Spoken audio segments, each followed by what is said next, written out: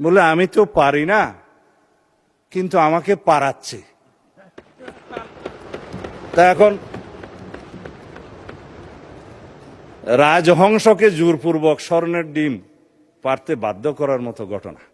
দফা ৭, ১৮০ দিনের ভিতরে সংবিধান সংস্কার সম্পন্ন করার যে বিধান করা হয়েছে, যেই সংস্কার পরিষদের অস্তিত্বই নাই, সেই সংস্কার পরিষদের এখতিয়ার এখানে ডিক্লেয়ার করা হয়েছে যে ১৮০ দিনের ভিতরে এই আদেশে যা যা আছে সব করবেন।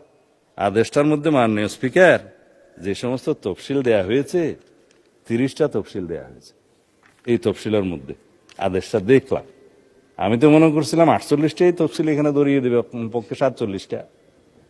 বলছে জুলাই জাতীয় সনদ ২০২৫ যে সকল বিষয়ে ঐক্যমত হয়েছে ঐক্যমত হয়েছে উইথ নোট অফ ডিসেন্ট। কিন্তু এখানে নোট অফ ডিসেন্টের প্রশ্নটা কোথায়? এখানে নোট অফ ডিসেন্টের অংশটা কোথায়? আপনি প্রস্তাবটা করলেন আর নোট অফ ডিসেন্ট সহ যেভাবে আমরা ঐক্যমত হয়েছে সেটা লিখলেন না। তার মানে এটা হচ্ছে একটা জাতীয় প্রতারণার দলিল। এখানে বলছে দফা ৪ অনুযায়ী গণভোটের ব্যালটে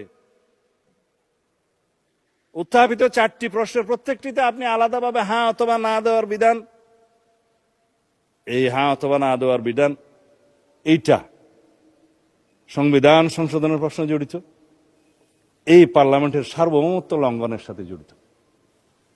সেই প্রশ্নই আপনি গণভোটে দিতে পারেন।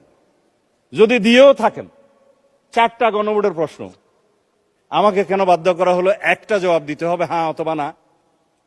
বলা হচ্ছে যে তুমি এখানে 3টা শরবতের বোতল আছে, তবে এই কুইনেনটাও তোমাকে খাইতে হবে।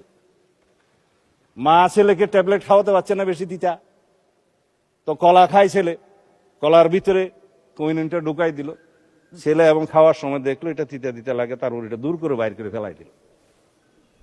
এই কোন আইনকে আপনি জাতিকে এইভাবে বাধ্য করে খাওয়াইতে পারেন? 3টা প্রশ্নের সাথে জুলাই জাতীয় সনদের মিল আছে। আমরা গণভোট চেয়েছিলাম এই জুলাই জাতীয় সনদের ভিত্তিতে, সবাই সম্মত হয়েছিল।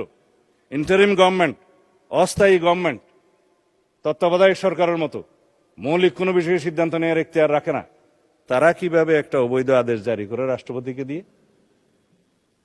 আমি মহামান্য রাষ্ট্রপতির সাথে তখন কথা বলেছিলাম যে মহামান্য রাষ্ট্রপতি, আপনি কি আদেশ জারি করতে পারেন?